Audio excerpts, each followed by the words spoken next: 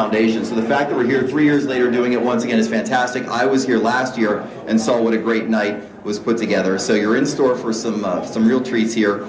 If this is your first time here tonight, I welcome you. If you're returning, thanks for being here again. I hope you've already had a chance to speak with some of the hosts for this evening because they have flown in from all over the world, including Taiwan, just to be here. And they've got some really fantastic insight to share with you on the unique historical perspective that they can bring to you regarding Taiwan, and also the strategic importance of having a great relationship with Taiwan. So we're going to have them speak to you in just a moment. First, though, I want to bring up, you may have noticed, they're hard not to notice, we've got a traditional Aboriginal performance for you that's going to take place right now. The name is, and I think I've got this right, Thong Zai Lai, which translates to It's a Beautiful Day. And I'm going to bring up the head here. He's going to give you a quick introduction, and then we're going to have that performance for you. Please. Thank you, Scott. Thank you, everybody. Because of your attendance to be here, we have a very beautiful day. And we have 14 tribes in Taiwan, indigenous people. I'm Yavu. I belongs to Tayar tribe.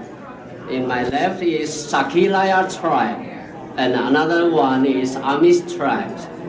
We need to just 3 minutes for perform traditional short dancing.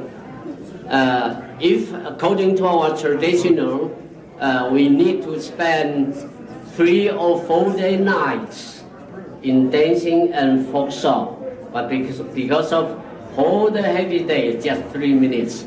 Okay, thank you very much.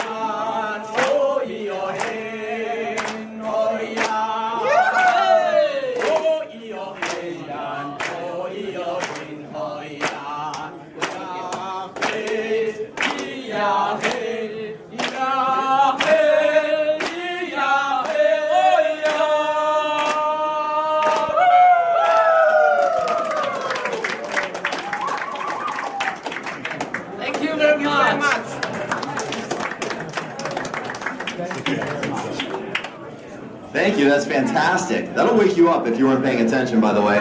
And they are giving free lessons in the lobby afterward. Is that right? Lessons? Yes. I just signed you up. You're going, Matt. All right.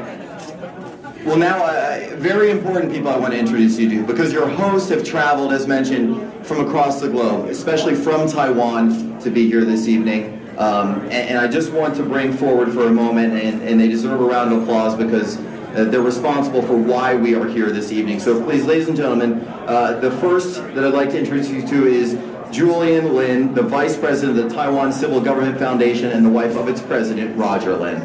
Right here.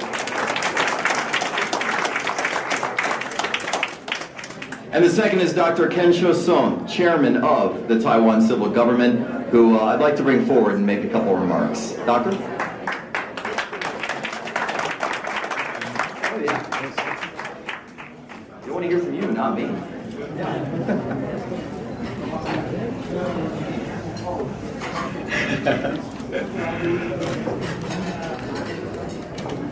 Before my speech, I want to thank you for your coming and ask you pay attention to listening my poor English.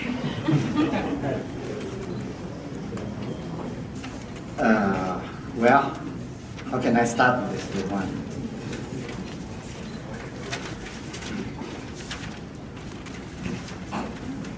Just a few minutes, maybe 5 to 6 minutes.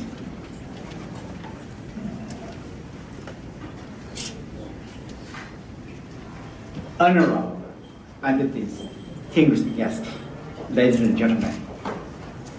First of all, I would like to wish you a warm welcome to this soiree hosted by Taiwan Civil Government. We highly appreciate your concern for Taiwan affairs, which we believe is closely related to the United States and Japan from the legal point of view. As the ancient proverb says, where there is a will, there is a way. And being inspired by President Reagan saying, the future doesn't belong to the faint-hearted, it belongs to the bravest. 3 years ago, on September 8, 2010, based upon the will of the bravest people of Taiwan, a soiree was held in these 4 seasons to celebrate the opening of Washington Dc office of Taiwan Civil Government, paving the way for normalizing the legal status of Taiwan in accord with American interests. As this occasion is concerned with Taiwan, we have to know what Taiwan is after all. As a matter of fact, conceptually, there are 2 Taiwans. The one is political, defined under the Taiwan Relations Act, and associated with the United States and the Republic of China. And the other one is legalistically derived from the San Francisco Peace Treaty and associated with the United States and Japan. Although Taiwan is a small island on Earth, but the problem and the questions incurred following Japan's surrender on September 2nd, 1945 are unprecedented and come up to be the most complicated in the international law. Basically, stemming from the American misperception. Unlike the islands of Puerto Rico and Guam, unincorporated territories of the United States.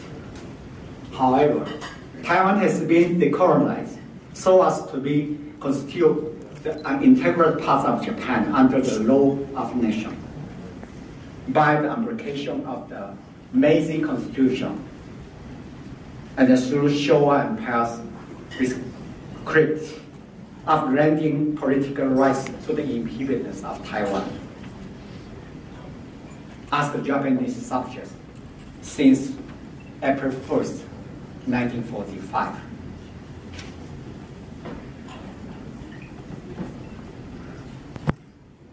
Which is the early day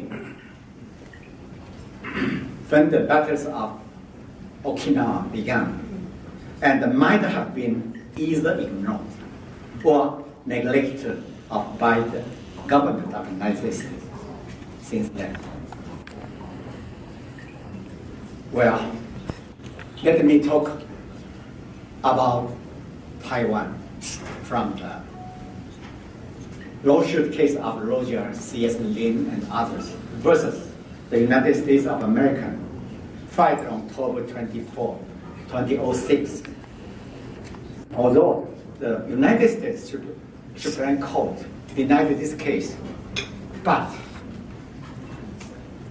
some invaluable messages released by the honorable judge are described. First, plaintiffs have essentially been a person without a state for almost 60 years. One can understand and sympathize with the plaintiff's desire to regularize the position of the world, in the world.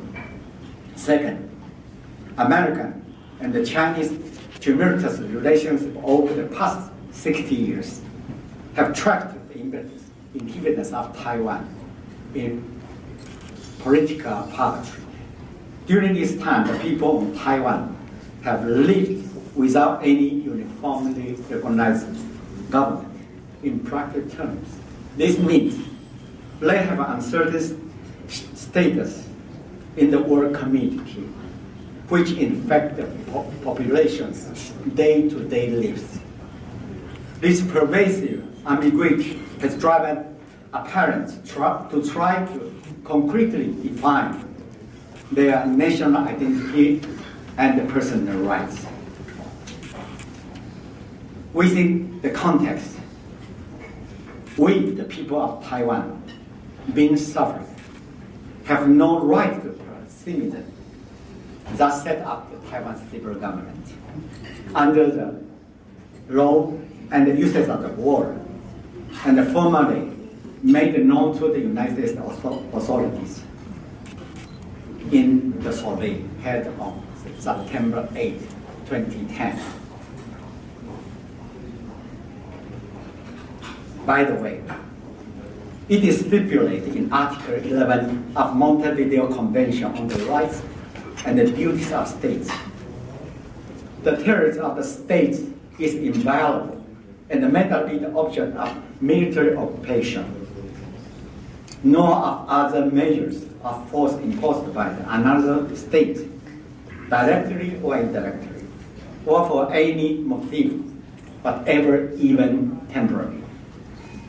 As a matter of fact, the existing legal status of Taiwan is that of unoccupied Japanese territory under the Chinese colonial administration, which is now the governing authority on Taiwan under the Taiwan Relations Act. The prevailing American mindset on Taiwan as a former Japanese colony makes the Taiwan question just unsolvable. On February 22, 1972, in the meeting with Chinese Prime Minister Zhou, President Nixon said, in terms of world peace, I would say the strong China is in the interest of world peace at this point. President Nixon's strategy to cooperate with China to block the Soviet Union might be reasonable during the Cold War era. However, the world turns as time goes along. With the emergence of China as a global power and the reconciliation between the Chinese communists and the Chinese nationalists, a bridge in the first island chain is evolving. From a strategic point of view, a strong Japan is supposed to be in the interest of the world peace, which is also in American interest in the 21st century. Within this context, restoring Taiwan to its normal state as an integral part of Japan under the law of nations become indispensable to peace and security in the world Pacific. President Obama, as the successor of the President Truman, who conquered the Empire of Japan in 1945, is supposed to be the key person who has the absolute responsibility, hence the justifiable problem, to solve the long-existing question on the legal status of Taiwan. Well, at the Ronald Reagan's presidential library, the memorial site inscription reads, I know in my heart that man is good, that what is the will always eventually triumph, and there is purpose and worth to each and every life.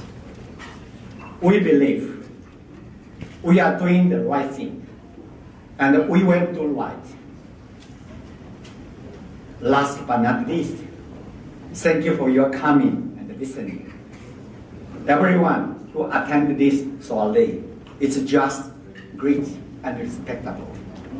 Hope you enjoy the delicious food and have a nice evening. Thank you.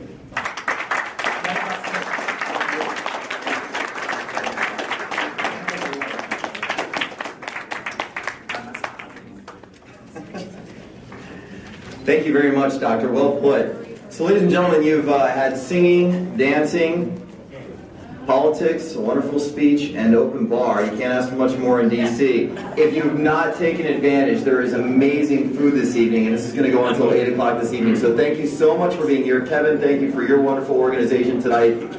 And we appreciate you being here. We hope to see you again next year. Thank you very much. Have a great evening, everyone.